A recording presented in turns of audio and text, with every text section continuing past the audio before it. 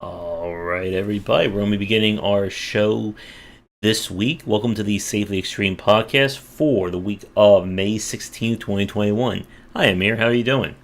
As always, each week we discuss game design and industry topics, and my co host from Nexus Games, Sharky. How are you doing?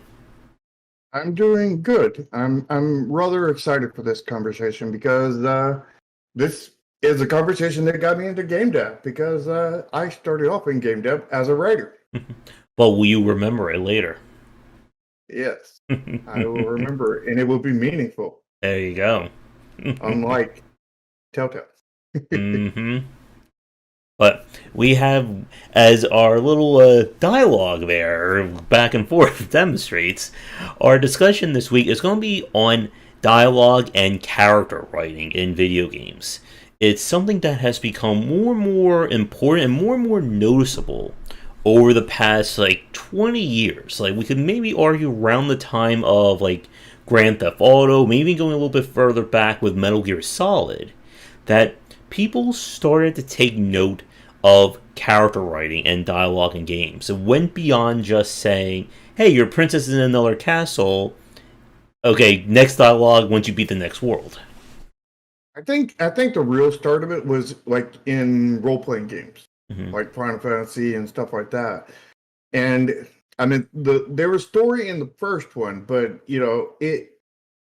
I think the story in the first one made them realize that they needed to do better on it for the second one, which Mm-hmm. then they started going in this iteration process from story to story and making them better and better as they went until they kind of, I wouldn't say reach their peak, but reached the point of where they were super solid, and that was I think around Final Fantasy 5, and then they just kept on putting out solid stories until after Final Fantasy 10, where they let the story slip when it was no longer Square Soft but Square Enix. And one of the big things about dialogue is that it is a major part of storytelling.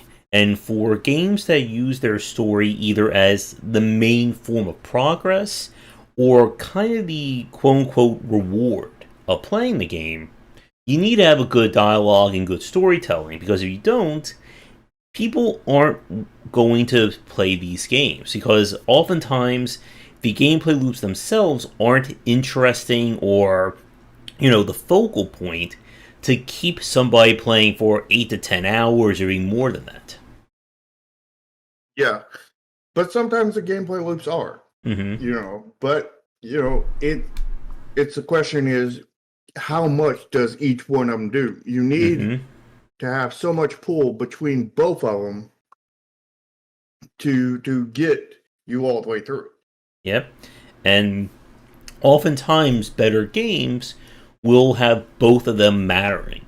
That you care as much about the gameplay as you do the story and the dialogue. Whereas games that tend to mess up will oftentimes, that balance is not quite there. And it's kind of weird when you talk about things with a gameplay focus because a lot of gameplay heavy games they can get by without having a meaningful or well developed story. I mean, Yeah. we could describe every Devil May Cry and Bayonetta game right then and there. But what separates that from some of the other examples is that while the story is not going to be winning awards, it still needs to entertain. It still needs, snappy dialogue. We need to care about Dante or Bayonetta or Virgil or any of the other characters who I'm forgetting. And if your dialogue can't do that, then people are just going to tune out. And sometimes they can, put that aside, as we talked about in an earlier topic about pain points. A bad story for a lot of people is not going to ruin a game or ruin their entire way of playing it. But it can start to wear on one's nerves, especially if a story is bad and it is just in your face every minute, or like every 2 minutes, there's a cutscene or a dialogue option, or etc. And they're talking about the same person over and over again. Mm-hmm. Yep. And it's how many times can we say this one word or one name over and over? Jane Consender. Yeah, Jane Cassandra. Yep, and agree there, Benebs. Like Nintendo games, like again, nobody is playing a Mario game for policy assignments between Mushroom Kingdom and Bowser's Kingdom, and they don't really care. What is the extent of Peach's dialogue in most Mario games? I think it's Mario, and I baked a cake for you. I think that was like the only two things she's said so far. Yeah. Although they do, I think they do care when you're talking about like a Mario RPG. Mm-hmm. And like the Mario RPGs have had some really standout writing, like some laugh out loud, localization and things that they've said in them.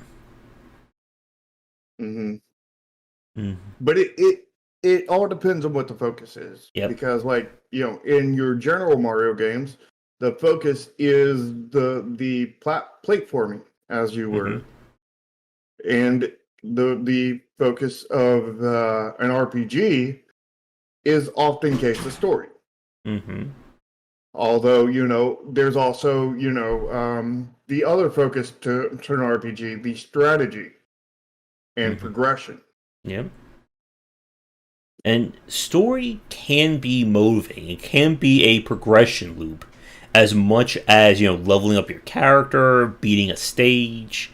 And there are a lot of games out there, like even returning to Devil May Cry and Bayonetta, that, a very over-the-top, crazy cutscene can be a reward in of itself. When we played Resident Evil 8, when the guy screamed, "I'm going to kill that boulder-punching a-hole," I think that just, stopped the whole stream for a second.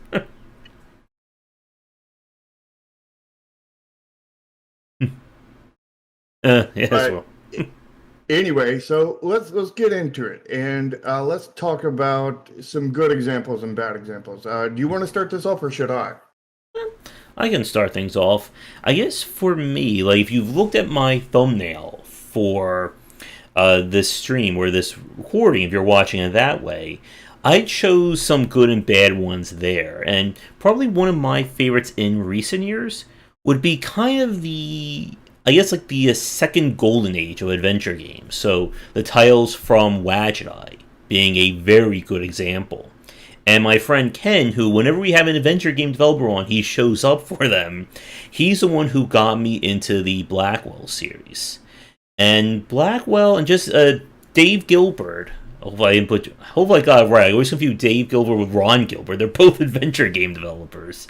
But Dave has really upped kind of the dialogue and the conversations with his characters throughout, from Blackwell to Unavowed, and I'm forgetting if he has any other games in between them. I'm pretty sure he does, but I'm drawing a blank on them. And what he does really well is that his games typically don't focus on intense dialogue, intense conversation trees. Maybe you'll have 2 or 3 and that's about it. And he definitely focuses more on quality instead of quantity that way. And I think a major point about what goes into good dialogue, especially if you have voiceovers, are the voice actors themselves. And one of the ways where I think his games definitely work is that all the voice actors are emoting. It's not just, "I am here and I am sad." You can hear, terror or anger or anything in their voice. And the voices themselves are distinctive enough. And hey, Soren. So they had good voice acting. Mm-hmm. Which is absolutely key if you're going to have voice acting in your game. Mm-hmm. Now my phone is ringing as a perfect time there. But while my phone is ringing in the background there, that if you don't have voice acting, you're kind of left to the dialogue itself. And one of the big things you want in dialogue, especially if your games are character-driven, is that you want the personality of the characters to come through in the dialogue. And, if a character is supposed to be, very stoic, very, world-weary, then they should sound like that. They shouldn't be written like a 12-year-old teenager, if they're supposed to be like that. Likewise, a character who is super serious, you don't want them to be making corny one-liners. Although you can have, jokes that kind of like, they're like peering into the cracks of their personality. And Dave is really good at kind of writing interesting characters like that. That, they're there to fit their role, but there's more to them than just, this is the hard-boiled detective. This is the tough as nails soldier. This is the badass warrior, and so on. Yeah, you're referring to one-note characters, Yep. which are always flat. Yep. And we see this in a lot of games where characters are just there as, it's the tokenism. This character, this has to be the tough as nails soldier, only says corny one-liners, and that's their entire personality. This is the stereotypical nerd who will never say anything without it being like an overly long discussion.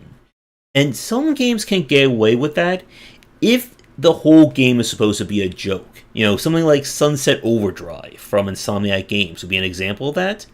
But again, when you go that far into kind of, joke and parody territory, it doesn't, I think, really lead to interesting dialogues. Like, we know this character is going to say something nerdy because they're the nerdy stereotype. And it kind of, casts a shadow over your entire dialogue.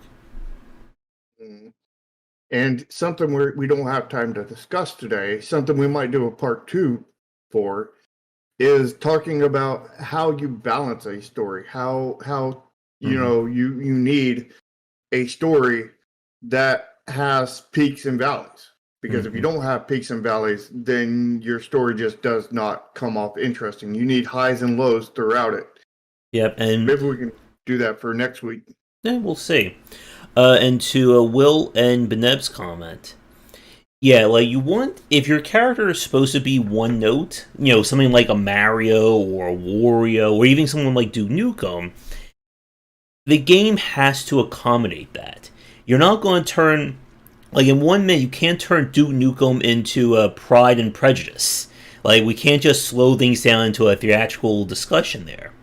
And I think Resident Evil also falls into that problem, where, like with Ethan Winters, that he's supposed to be one note until he's not.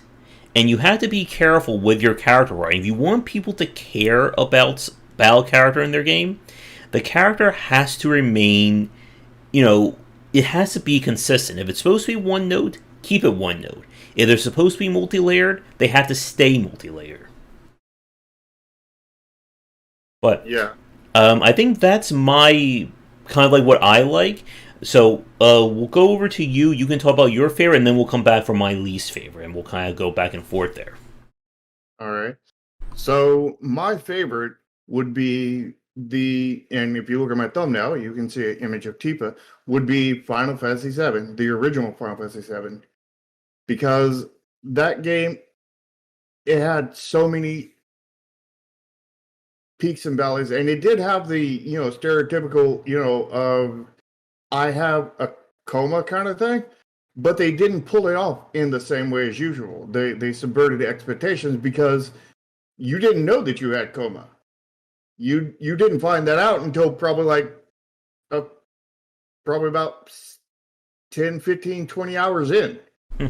And that all everything that you thought you knew was actually wrong, or at least for the most part it was wrong. It was a twisted truth kind of thing. So you were tracing this twisted truth throughout the game, and then you finally something happens, and basically the realization is none of that was true. I mean, all of it was aspects of it were true, but none of it was true because you've been exposed to these chemicals that have not made you lose your memory per se, not necessarily put you in a coma, but put you in a state where everything gets jumbled up kind of thing, and everything gets, screwed around. And basically what the main thing that happened to that is he thought instead of he was himself, he thought he was his best friend kind of thing. And because they were always together, the visions of one were very similar or the same to the visions of the other. But the main difference is he wasn't him, you know? Mm-hmm. But, you know, there was all these different aspects and changes and peaks and valleys of that story to where it had you guessing all the way through to what the heck is going on, or you thought you knew what was going on, and then your mind is blown when you found out that you were wrong, kind of thing. Mm-hmm. And it was really this experience, and meanwhile you're playing through the game, you're advancing through it, kind of thing. You know, you're introduced to the enemies and whatnot, and it turns out that some of the enemies, I wouldn't say aren't enemies, but they aren't the bad guys you thought they were, kind of thing. Mm-hmm. They weren't, you know, black and white characters. They were gray characters, kind of thing. I mean, there were certainly some pretty black and white characters at some point, like the alien Genova, you know, is clearly evil at all points. You know, Sephiroth, you know, he was following her the alien's wishes because he's basically infected with her, basically, as was your main character. But your main character was infected with her in a very different way. And that's the reason why he was thought of as a failed clone, even though he wasn't a clone at all, which that part of the scripting didn't make any sense, but I'm pretty sure that was up to translation issues. I do want to just cut in and say that, like, writing a character, writing, you know, good characters and writing evil characters, that could also be another topic at some point. Because a lot of people, I think, tend to have trouble when it comes to writing characters beyond just saying, I'm morally good all the time, and I'm morally evil all the time. Yeah, we could possibly take that into part 2. Mm-hmm. But the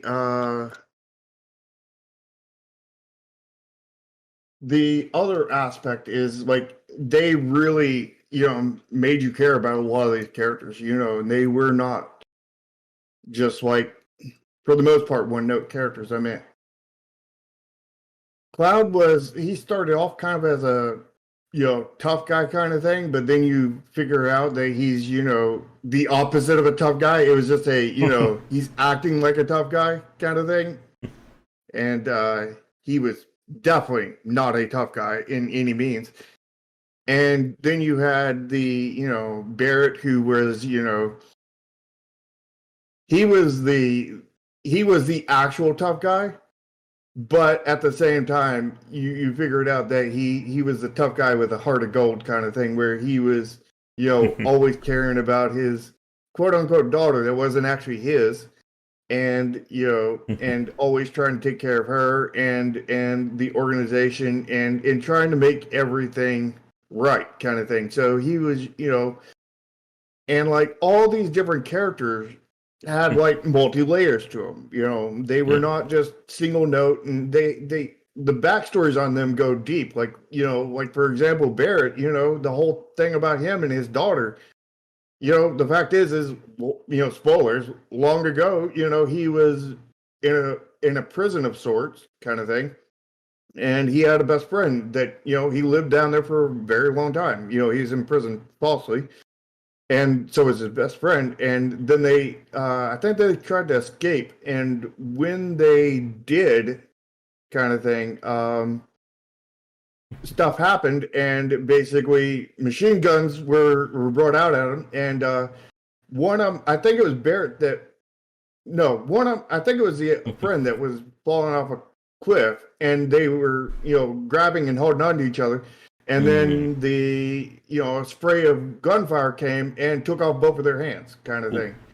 And then, you know, Barrett got a gun hand. And then it turns out later that, you know, that the friend that fell down the ravine kind of thing lived, and he had a gun hand on the other hand. On the other hand. Yeah. Yeah. So, like, you know, and the daughter of Barrett was actually not Barrett's daughter, but his best friend's daughter that he took care of as if she was his own, kind of thing. Yeah. And there's just so much to that backstory and everything, and that's just like the surface level bit of it kind of thing. But I think one thing that also needs to be clarified is that backstory needs to have some reference to the story in the game, because if it doesn't, you can't just write, 20 pages of backstory for a character that is never referenced or never influenced as a character in the game. Because we've seen some games will fall into that trap and say, "Oh, this character is so deep. Look at this. Look at this 30-page lore dump we have about them," and none of it even matters to the game. Or it could just be that, or one of my favorites is when you write elaborate backstories and your entire game could just be Pong or asteroids. Yeah, and see, the great thing about Final Fantasy VII is they did just that, because you got that flashback and everything, got that backstory when you were in the casino kind of thing, which was above the jail that you were in kind of thing. And you had, and I think after that backstory, you end up, or during the backstory, you end up sent down to that jail kind of thing, falsely again. And, they were, it explained, number one, how Barrett got his gun in hand, why he had it. And number two is, at the end of that, you ended up fighting his best friend and having to beat him, kind of thing. Yeah. And, and also you were, actually dealing with, people around that, because you were down in the prison kind of thing. So you were, part of it was that, it was explaining stuff that's already happened, as well as you were going through the current part of that story kind of thing, of where you're refacing the issues kind of thing. So they're both covering the backstory as well as covering the present at the same time, doing this dual layer story kind of thing. And all right, once I'm gonna get up and close my door. 1 second. All right. There we go. Because the phone keeps ringing, and that's interrupting our dialogue. So, I won't go to a comment from chat, because I think this is a very interesting one. Like, Amir talked about kind of how the golden age of animation would kind of create dialogue and storyboard their discussions. Because one of the things about how video games have really tried to grow has been chasing, Hollywood. We're going for very prestige stories. They have to be very detailed. That everyone's trying to go for an Oscar, I guess, could be the discussion here. And we saw this with kind of the rise of AAA games. Stuff like what we saw with Uncharted, Tomb Raider, even God of War. Like, God of War is, I think, a really interesting example, because the first 3 games were pretty much all action, very little story. And then, of course, God of War 2018 kind of, flipped it on its head there. And it led to a lot of polarizing opinions. And I guess here's a question for you, Shark, and here's a question for chat. If a series starts off either story-driven or action-driven, do you think it's a good idea to try and, flip that at some point down the line? I wouldn't flip it. What I would do is evolve into it. Because you don't want such a change that puts off players from the previous games. If you're running a continuing series, you want to integrate stuff slowly over time, so that people, basically get their feet wet over time, until until you get to that point to where you really have that, hard-hitting story kind of thing. But I would, integrate it slowly over time, rather than just all of a sudden, here's the opposite thing, Yeah. And I think as developer, I think one of the other challenges of this is the scale of game development. Again, when we talk about AAA games, they're not, or the good ones aren't released one every 1 year or 1.5 years. They can take multiple years to be developed, and in that time, things change. Whether it's society wanting more mature storylines, or even new members of the team coming on to kind of grow and improve things. And It has definitely become a major part of what it means to kind of make these AAA titles or try to expand on them. The question, Mir, was, do you like when games try to either change their focus, going from either action focus to story focus, or vice versa? And another point that, going back to where you were talking about with Sephiroth and Cloud, there is another discussion, or when it comes to good dialogue in games, it's about, I think, ultimately making the consumer care about these characters. And one of the hardest areas, I think, or in my opinion, where this comes in, is when you're writing not a bad character, but a character who's meant to get on your nerves. You mentioned, of course, Cloud, who started out being very whiny, very he's trying to No, play. no, no, no, no. The whiny is something else. That's not part of Final Fantasy VII. Hmm? That's that's part of the remake and all that other stuff. And there was no whiny stuff in Final Fantasy VII, which But is the sad misinterpretation that everybody has about the original Final Fantasy VII. The other example that I was going to bring up would be something like The World Ends With You. That the main character, Niku, for about 70% of that game, is a jerk. And there is no misconstruing it there. He is, always a jerk to everyone around him. And the plot tries to explain that and rationalize this, but it's not until like the last quarter of the game that it begins to open up. And a lot of that comes down to the dialogue. And again, making these characters, I think when you start to create faults in characters, you have to make it multi-layer. Because if a character is just always a jerk, or is always, the womanizer, always, whatever, I think it grates on the consumer or the player's nerves. That, why do I have to deal with this annoying character? Can't I just get rid of them in my party? Yeah. Now, if you want another character like that in Final Fantasy VII, that would be Yuffie.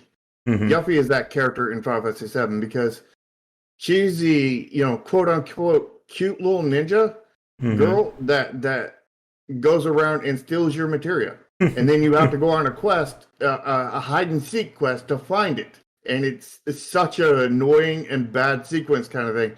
And she does it multiple times, and it's so annoying. And then you're like, yeah, you can come with us. At the end, it's like, no, do not bring her with us. We do not want her to stolen again. And like and like she's really upbeat and everything, but like it comes off bad. That part comes off bad. But I see what they were going for. They just did not nail that part. But with Cloud was the original Cloud was never whining kind of thing. That's stuff you see in like Kingdom Hearts and all this other post stuff that's after Final Fantasy VII. The original Cloud was just this a low ranking soldier that always wanted to be the best kind of thing, but never could be. And he had kind of the, I wouldn't say imposter syndrome, but he had the want to be good, but and strong kind of thing, but never could. And then and he had his role model. Well, he had two role models. He had first Sephiroth, and then he had Zack, who was his best friend. And then he was always with Zack, and Zack was a lot of times with Sephiroth kind of thing, but not all the time. But when stuff went down kind of thing, basically Sephiroth turned evil, quote unquote, and the Zack ended up fighting against him, and then so did Cloud, and this is when Tifa's getting involved in everything, and Zack ends up getting failed by Sephiroth kind of thing, and Tifa goes in there and she gets failed by him. Neither one of them die, but they're both gravely injured.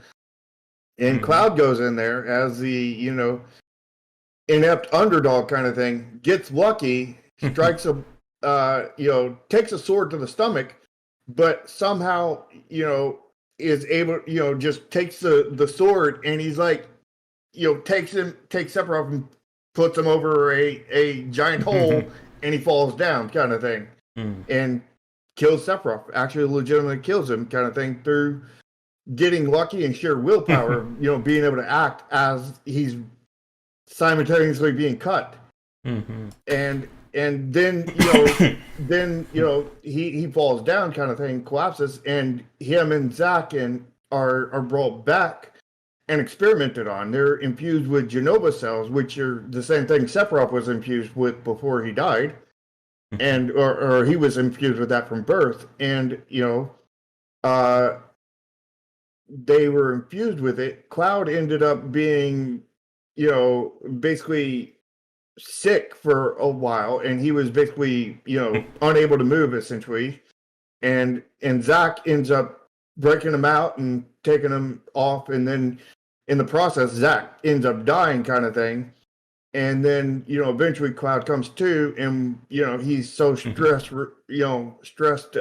broke, and, sick and everything, that at that point, that's when he start thinking that he is that kind of thing. And he carries on that legacy, kind of thing, and that's when he starts acting like the tough guy, kind of thing. But it's because, like, he was sick, stress has gotten to him and everything, and it's corrupted his mind to think he's actually Zack, kind of thing. And at which point he, becomes the tough guy, kind of thing. And then you find out that the whole time he was actually the underdog, kind of thing.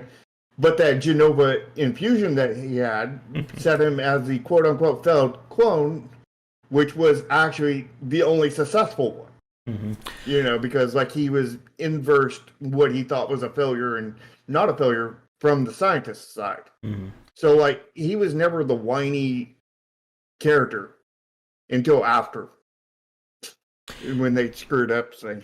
Now, to talk a little bit more about dialogue, I think to Juan's comment about one-note villain characters, that I think if your villain, again, like, another part of writing is making a character interesting. And you can have a one-note character who is just, a delight to have around. I'm sure we can all think of, favorite villains who, yes, they're not the most, involved character or the most deep, but you just want them to be around to just add so much, levity to the experience. One of the reasons I think why a lot of people, well, besides, the obvious ones, but the whole vampires from Resident Evil 8, lady, I can't pronounce that last name, that, whenever she's around, like, she just hams it up. And we see that with a lot of, Resident Evil style villains, that, they're just going to go crazy with the acting and with the dialogue. And it makes you, of course, Wesker as well. Albert Wesker's most of his lines in Resident Evil 5 was just him yelling Chris over and over again. But you can have a one-note character if that note is amazing. It's so over the top, so crazy, that it's like, when that character shows up, it's like, okay, we can, relax and have some fun for a few minutes. Yeah. Although you probably don't want all your characters to be one note. No, definitely not. But some one-note characters are acceptable, and depending on how many would depend on how story-focused you are. If the more story-focused you are, the less you want. Yeah, and our percentage base. And as an interesting counterpoint to that, the big bad of Resident Evil would be what you don't want to do. Like, if a character barely shows up in your entire game, you don't want that character to be the focus of your game, and B, you want them to be a little bit more interesting than just, haha, I'm evil because I'm bad kind of thing. And you saw that as the difference between, the Baker family in Resident Evil 7 and what ended up being the bad girl with, Evie, the grandmother, who was the bad guy all along. Like, you need to be careful about where you're focusing, your story on with your dialogue and your character designs. Because if a character, were you referring to Parasite Evie? Yeah. Like, I think And speaking about Parasite Eve, I think that would be a really good example that Eve being the bad girl throughout Parasite Eve 1, I did not play too much of 2, so I don't remember that one. But she is constantly involved in the story. It's not just she shows up at the beginning and then we don't see her for 30 more hours. And if you want people to care about characters, you need to have them be relevant to the story and be relevant to what's going on. Hmm. So we're ready to go on to your bad example. Mm-hmm. And that would, of course, be the BioWare style of writing. And of course, I included Mass Effect, and I could even throw Telltale in because they both have very similar styles. And this is, as we were saying earlier about like dialogue options and conversation trees, that when they go too far and they rob characters of their personalities, that it leads to just very boring discussions, in my opinion. And don't know, depending upon the audience, how much trouble I'll get into, but I've just never resonated with BioWare's style when it comes to their writing. And part of it is, and this is another major point about this, is the delivery of the dialogue is just as important as the dialogue itself. And this, again, kind of intersects with voice acting. But if your game is going to have characters talk back and forth to each other, you need to be really careful with how natural that sounds. There's a difference between, two people having a conversation, having the natural pauses, like when Shark and I talk, versus, hello, I'm having a conversation. 5 seconds later, hello, I am also having a conversation. Another 5 seconds later, and a lot of that, and as Amir got to before I could, it feels very robotic and very faked. And one of the big points about this is the programming. Because the game, when developers kind of design these scenes, they will put those pauses in between dialogue. If the pause is too long, it ends up becoming too forced. It feels too faked. If it's too short, then it just feels like a mile a minute. You can't even keep track of what's going on. Mm-hmm. And the other point about conversation trees is that this is kind of what led to the rise of morality systems in games, where it's not just you controlling a character, you get to affect their entire personality. But the problem I have with these games is that unless I am supposed to be that character, something like Disco Elysium or an RPG where I'm making my own character, it just comes off as just being, I think what's the phrase, like verbal diarrhea. That, I can just go down entire dialogue and listen to 20 minutes of this character saying 15 different versions of the same thing. Yeah. I didn't play it. Oh, you're talking about Abe's Odyssey. Yeah, like Abe's Odyssey would be an interesting, I think, exception to this because it's all kind of gesture based. So if I press square and left, he says something happy. If I press triangle or right, he says something sarcastic. And that will be a case, again, like Amir's saying, that the dialogue becomes part of the game mechanics as opposed to being just part of the story. Mm-hmm. So what do you think of kind of the Mass Effect, Telltale, just very much focus on conversation trees as opposed to conversations?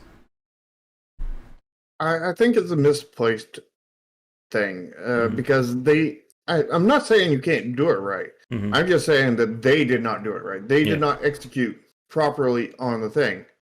And I think that in order for the dialogue to mean something, it must be meaningful in the first place. Mm-hmm. If you're just going to choose, whether you're going to go grocery shopping at Walmart or Kroger's kind of thing, it's not very meaningful. If you're just going to choose that you're going to say this thing and you're going to get this information, or you're going to say this different thing and get that same information, it's not meaningful. There's no meaning behind it.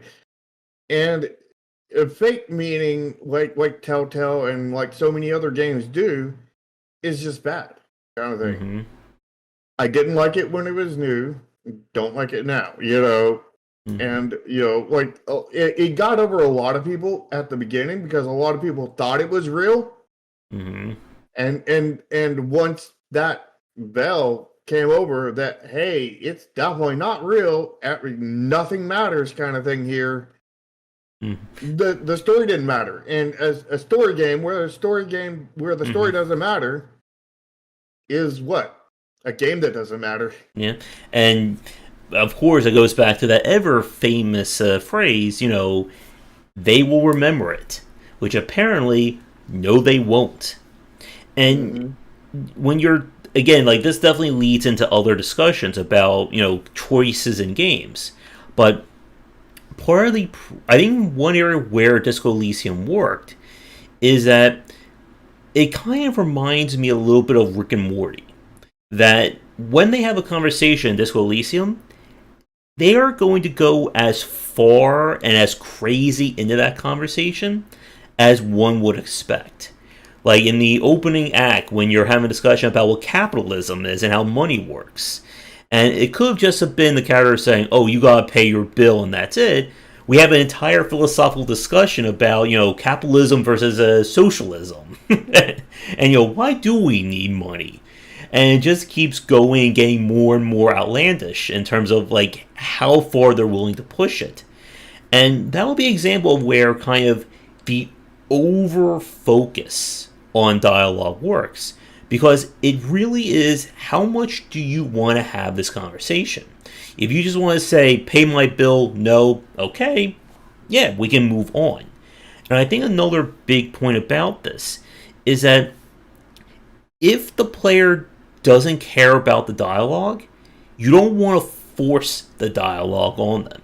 Because we've seen games that will do that, and going back to kind of the Mass Effect and BioWare style, where you have to go down every conversation tree because maybe one of those is a quest. Maybe one of those will give you +5, Paragon points or evil points or whatever. So the person, instead of it being a conversation, they're just a vending machine of words. I guess we can get into my bad example. And my bad example will be very similar to my good example, but different. Because Mm-hmm. my example is the Final Fantasy VII remake or demake, Mm-hmm. as we were. Mm-hmm. Because number one, those people were expecting, including me, were expecting a new version, a better version of the original, rather than rather than a completely different version. And they went in and completely changed the story. And that's something you don't want to do. You don't want to change the story of something that already exists in a remake of something that already exists, kind of Mm-hmm. thing. Now you can add more, you can make it more polished, you can improve it, but don't completely change it and put a new story in its place. Don't do that. Don't sell somebody on something they want and give them something they don't want. Don't sell somebody on a vanilla shake and Mm-hmm. then take a bunch of turds and put in a blender and then some milk and then serve that to them. Here's your vanilla shake. That is not vanilla. That is Mm-hmm. poop flavor. Yeah, and I think that's a very interesting point about when we see developers remake games. Like, it is a chance for them to kind of correct any issues with it. But like you said, if a character is supposed to be X, if we have three characters X, Y, and Z, you can't change them to D, G, and L when it comes to the remake. Yeah. And you can't just completely change around the story Mm-hmm. either. You can't have a story that's, basically a hero story and a tragic story kind of thing and turn it into a story about time travel. You can't go from a fantasy story to a sci-fi story. That is a big no-no. That is a big no-no. And you know, also you've seen when they did this, they turned every character into this one note kind Mm-hmm. of thing. and they got rid of all the real character of the characters, kind of thing, and they changed them in such a way that they just stripped every meaningful thing out of there and replaced it with poop, essentially. It's how to take something amazing and turn it to complete crap. It's sad, really. But like everything that I talked about before is no longer there in the remake or demake, and all the good things were stripped out, and leaving single note characters, a completely different storyline, all this other stuff, and you absolutely do not want to do that. And Is there anything else I can add to this that we have not already talked about? well, not with Final Fantasy, but there is something that we didn't mention that I think is very important. We've Our examples, everything that we've spoken about, for the most part, have been those that have voice actors to them. And it is important, I think, to talk about what happens if you can't afford voice actors. What happens if you have to sell the entirety of your writing on the actual writing itself? And this is where it gets very challenging. Because, like we've said, a big point about what makes dialogue interesting is the emoting of it. That there's a difference between reading somebody saying, I am very angry, versus, hearing somebody, snarl. And you can, just hear their teeth clenched in terms of rage. So, my question for you, Shark, since you've done a lot of writing as well, is if you don't have the luxury of voice acting, any tips for developers or writers listening in terms of how do you get emotion down through text without turning it into, I'm going to describe this thing and I'm going to use 10,000 words minimum to describe, what a lamp looks like. Yeah. That's a hard one. Mm-hmm. And I'm not the most experienced at this part, mm-hmm. but I'll give my take on it. There's many different ways, and a lot of them are through programming. Like, mm-hmm. Some of them have to do with, text speeds in certain places. Like, maybe you want to have like somebody says something outlandish and you want just this eerie silence there. So you do the ... thing, but you put this on a slow, ... as its own box kind of thing to emphasize that kind of point.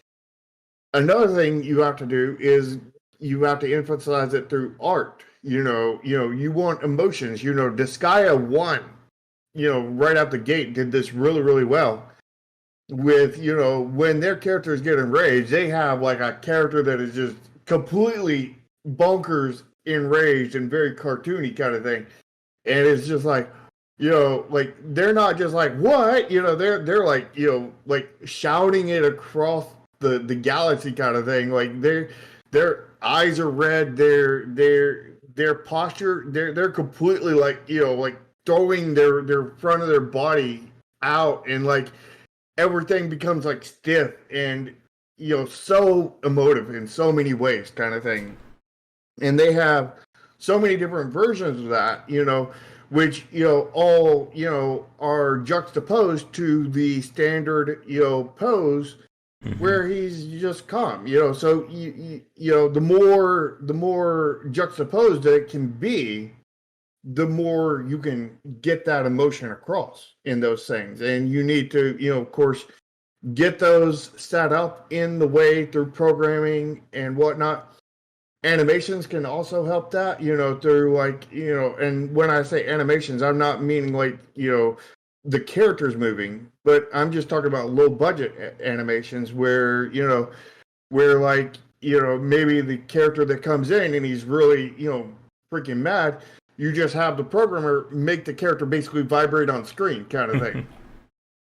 And, where he's just, shaking mad, kind of thing.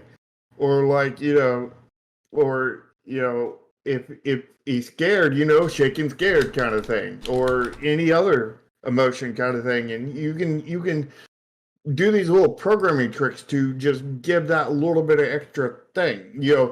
Another thing is like a tool that you can use is like emote boxes. And what I mean by that is like you even have a box, and this pretty much goes with the anime style, but it can go into other styles as well, depending on how where they sit kind of thing on the cartoon scale, basically cartoon anime scale. But like you can put these little boxes in there where it shows them getting angry, like the little icon for that. You can do the like the cross, and annoyed and all this other stuff, and like the like the sweat drops and the the cross hatching, like tic-tac-toe logo symbol, and these are UI elements essentially, and you can use UI to potentially elevate your game on that way. And there's so many low budget ways to do that. Yep. But if you want to really emphasize it, you do all of these low budget ways that you can do it, as well as you do the higher budget things like voice acting kind of thing. Now you can find voice actors for free and cheap and really expensive and everywhere in between. But what matters is not how much they cost. It matters the quality of acting, because there are very, very expensive actors that cannot, they're the same personality no matter who they're playing on the role. Yeah, and there's a difference. I know there's something that I've seen like voice actors and voice directors talk about. It's that difference between somebody who their voice is basically like their voice itself is what they're known for. Someone with like a unique or distinctive voice versus somebody who can embody the role and have like different accents. Somebody like like Rob Paulson, who does like Animaniacs, Teenage Mutant Ninja Turtles. He's like one of the more recognized voice actors in the industry. Yeah. I know my personal favorite voice actor is actually Johnny Young Bosch, because he's played so many things, and unless you're looking for him, you don't even know it's him. Yeah. Because like he was Ichigo in Bleach in the English version. He was Lelouch in Code Geass. Code Geass, yeah.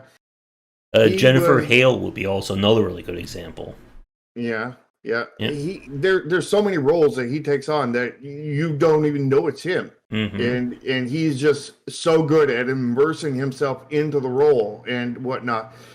And he plays a good hero, he plays a good villain, he gets into the role and he's able to do it. And what matters is, when you're talking about a video game, is getting into the role and really expressing it, and not letting the lines fall deep. When they're angry, they should sound angry, but they should sound angry in a believable way. They shouldn't sound angry as in I'm just shouting at the top of my lungs, listen to me. They should sound When I spoke with the Coles, who do from Diavecchi, who do all the FMV style games, they said just that. Another shout, like in terms of somebody whose voice is distinctive, but he does a really good job, would be like Abe Goldfarb, who has been, I think, like tied to like Watchet Eye and like adventure games like the last like 15 years. He does a lot of like secondary and primary characters, and again, like his voice is distinctive, but you can tell that he puts in the work of making it that it's a character that he's doing. It's not just Abe Goldfarb doing Abe Goldfarb in each game. Yeah, and I would say the acting, the putting yourself into the role is more important than the voice could ever be. Yeah, the voice really doesn't matter. It really doesn't. Not in so many points. I mean, a good example of that would be Dr. Girlfriend from the Venture Brothers, because Dr. Girlfriend is a girl, but she has a super deep manly voice. Mm-hmm. And, you know, that added comedy into it, even though she was not a comedic character. But that part Mm-hmm. made her iconic. And because, like, again, the voice does not matter. You know, Mm-hmm. it's the ability to take on that role, and you know that voice actor takes on that role and does a really damn good job at it, and Mm-hmm. you know, shows the personality of her while being a very deep male voice, Mm-hmm. and that's very very important. You know, Yeah. it's the acting, not the voice. So when you're looking for voice actors, don't focus on the voice, focus on the actor part. Mm-hmm. Now, of course, you know, if a you know if a voice does not fit a character at all, kind of thing, like say you're trying to make a really, you know, a female that sounds like a female kind of thing, and you got a very male sounding voice kind of thing, that obviously doesn't work. Mm-hmm. But the acting is key. You know, the Yeah. voice is secondary. So, you know, pick by acting first, voice second, you know. Mm-hmm. And, you know, that comes down to a person who knows what they're doing versus a person who doesn't know what they're Yeah. doing. And You know, typically, doing voices and acting are totally different things. mm-hmm. And that's again like what like Amir's comment is about how a lot of very expensive anime movies typically don't have the best voice acting, and it's a difference again between hiring an actor and hiring a voice actor who knows how to get into that character's role. Hmm. And it's the same again when it comes to video games, specifically ones that obviously have voice acting. Now, to bring back to dialogue, I think we'll begin to wrap things up in the next few minutes. That if you're trying to make people care about character, you need to make their dialogue interesting. You need to put personality into it. Because, and this is, I think, this is one of those big differences between video games and other mediums.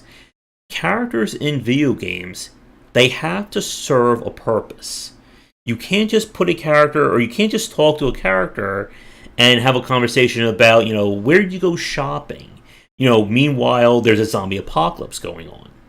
So a lot of characters are very much designed around, the plot. It's kind of plot first, character second. Although Uh, you could really have that. You could have this really crazy character mhm, that is like, you know, and just like, I don't care about the zombie apocalypse. So where are we going shopping at? Do we mhm, go over here? Do we go over there? yeah. You know, and just, you know, give that really kind of crazy, demented tone to him, kind of thing. But In the lack of not caring, but you have to really build for that, not mhm, just, you know, that happens on its own, because when stuff happens that you're not planning to, then stuff happens very, very badly. yeah, that kind of transactional focus, I think, is something you want to try and avoid, or at least downplay, because it gets back to my examples of Mass Effect and Telltale, where the reason why you're going down every single dialogue option isn't because you care about that character. It's because you want a new quest, or you want raise your Paragon points, or even like going back to the whole light side dark side thing from like Kotar. That you're not caring about the character or the dialogue, you're caring about the game system surrounding it. And again, you can have games that, are more gameplay focused or more story focused, but you need to be careful with how everything balances out at the end. Because again, if you're trying to make people care about your story, you don't want to have a big honking, if you kill this character, you'll get 5,000 experience points, but then so and so will be sad. Likewise, if you want your story to matter, you don't want to make things so gamey that it overrides the person's decisions. And I think Disco Elysium is probably one of the few RPGs, or quote unquote RPGs. I would say it's more of a visual novel. or Choose Your Own Adventure. The Choose Your Own Adventure visual novel. That one of the reasons why it works and why a lot of people resonate with it was that the choices matter, but at the same time they don't. It's never a case where, oh, you didn't do X, well, you lose the game. Or the best way to play the game is you want to choose Y, number 5, and then Apple. And then you'll have the perfect build. There is no perfect build in Disco Elysium. It's just more, tumble forward and see what you smash as you fall down. Mm-hmm. It's more reactionary based. Mm-hmm. Rather than that min-max optimization. Yeah, and when we get talking to interactive stories where your choices matter kind of thing, there's, and where you want to interact with them and gain story. Trails I think is a good Trails in the Sky mm-hmm. is a really good example of that, because like you can go back to the same character and talk to them over and over again, and they will keep on spewing out new dialogue for a while kind of thing, because they will they have you can go deeper and deeper down that rabbit hole kind of thing and find out more and more information. Mm-hmm. But sometimes basically it's sort of almost like an investigation. You don't have to go that far, but you can kind of thing if you want to, and you can and then there's all these optional quests that you can go out and do, and those optional quests are set up so well that they could be main quests kind of thing, because you're revealing a different side of the main story in pretty much all of those kind of thing. And they're, you have the gameplay choice to go on those quests or not. But you have to do some of them, mandatory, because not like certain ones that you have to do mandatory. You have to do enough of them to get your rank up kind of thing.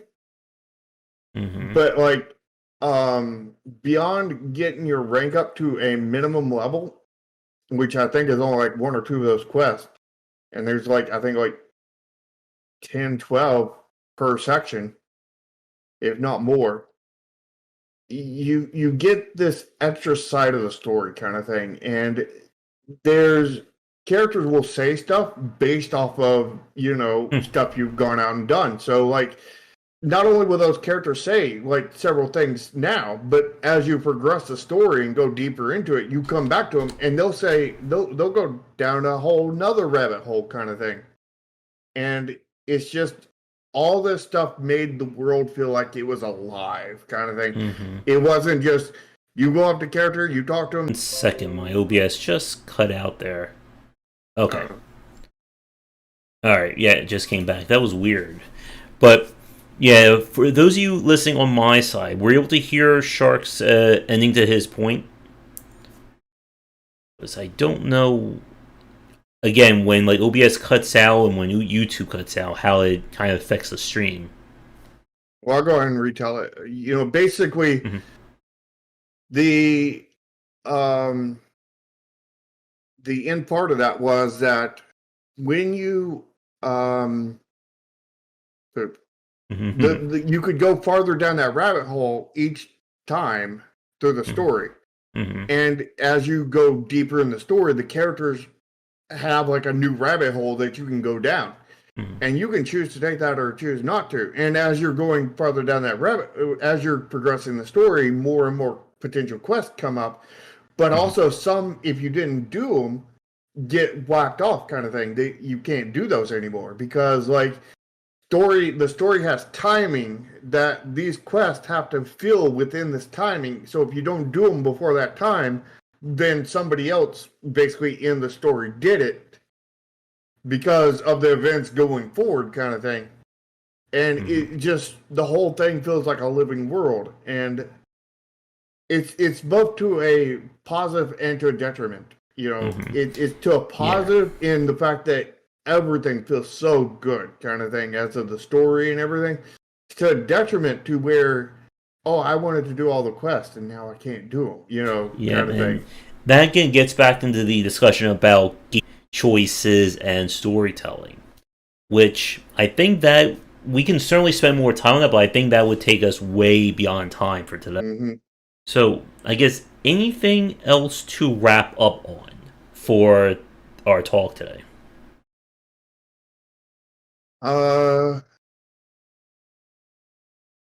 Well, you just need to be careful when you're doing all this stuff. Everything needs to be planned. There needs to be plenty of iteration because iteration is the key to game development. Definitely have somebody or multiple people there to give you feedback based on your story and your story alone, as well as, before you actually put it in the game, and then get feedback on it after that point too.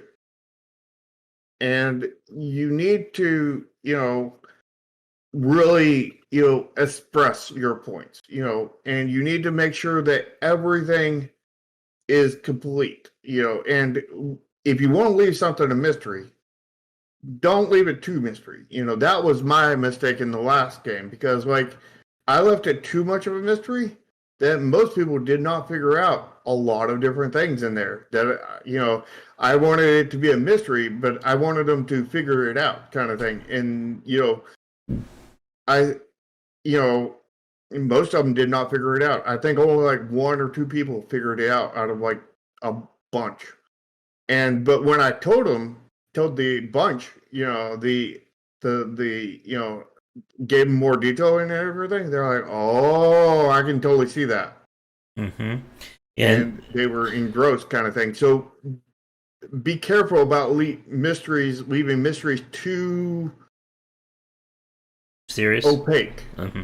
You need to put enough clues in there. Don't that it's relatively easy to figure out. I mean, you don't need to make it relatively easy to figure out from the beginning, but then you put, but make it where they could possibly figure it out, or at least have a good guess from the beginning. And then they have, then you give them a little bit more information and they're more likely to guess. And like, you keep on filling them with information, kind of thing, until you either outright tell them what it is, or you give them, so much information that it would be pretty hard for them not to figure it out. Mm-hmm. And to add on to that, and that kind of takes me to my point, that writing good dialogue, your goal of dialogue in a game, besides, for exposition purposes, that you want people to care about the characters. And that means that how you write them and what you put into the game, it has to matter to the overall gameplay. As Shark has said, like, you can, if you want to give a character a 500-page, almost like a novel in of itself about how this character came to be, that needs to matter to the game itself. Again, a huge backlog for a character that's literally just you playing Pong, that's just a waste of effort, and it's not something that's really going to be experienced unless that is brought directly into the game.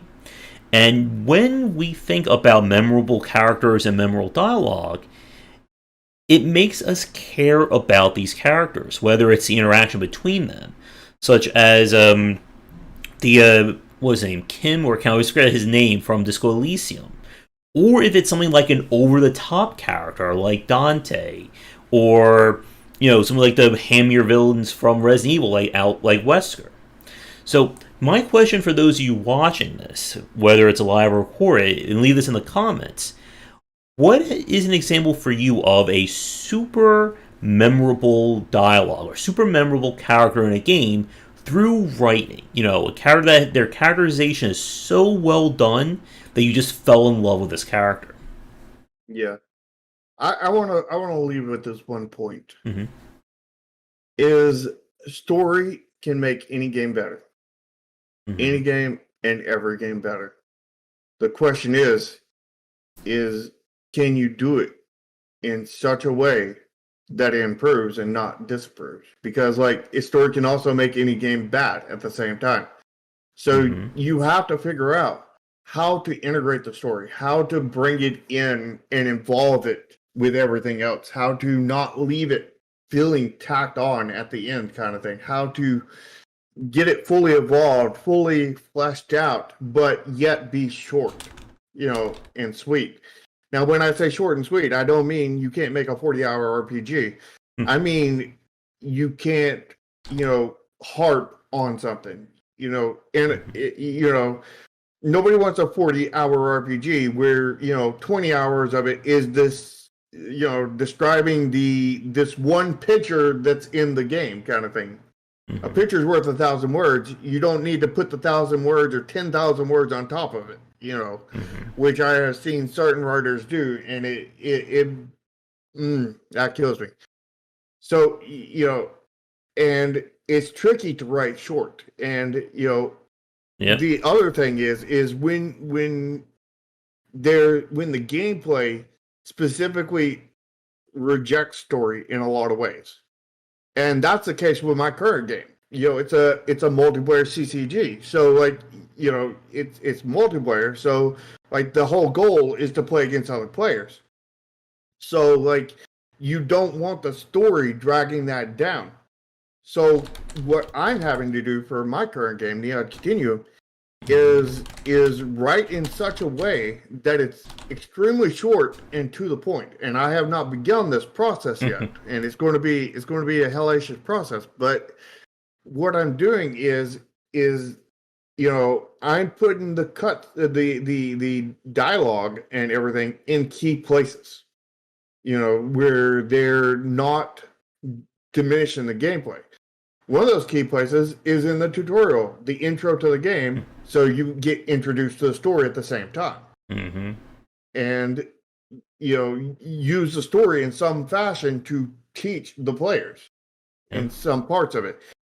And another part is in the matchmaking. When they're matchmaking, nobody wants to watch a circle, animate 5 billion times. That's boring. So what I'm replacing that with is, there's still going to be some kind of UI icon or something that says that you're matchmaking or something. But in the other section of it is going to be the actual dialogue kind of thing where you're watching a cutscene during this time so that you're not bored to death from that. Of course, depending, we're going to have a matchmaking timer kind of thing that basically figures out basically how long they're going to wait kind of thing before they actually wait. We know that, X amount of people are playing and these X amount of people would pair with them kind of thing. So, and these X out of those, these are online.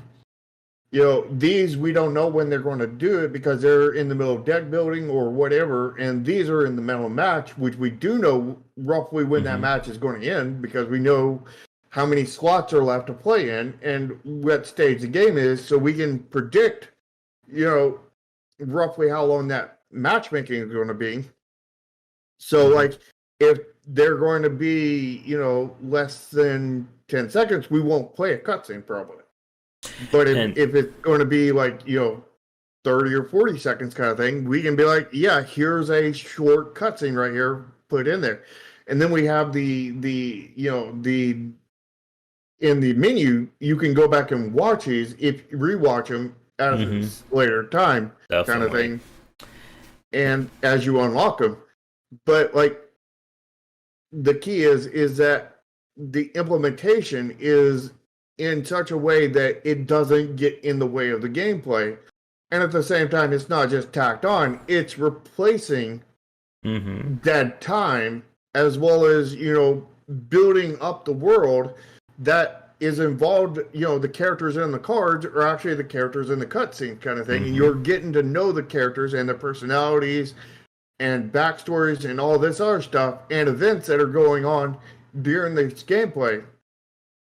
And the fourth and last place that we're doing is in deck previews kind of thing, to where we're previewing the next set, where you get to play the next set, and at the beginning of that, it wraps up everything that happened at the end kind of thing, and then it kickstarts the next set of characters in their story kind of thing.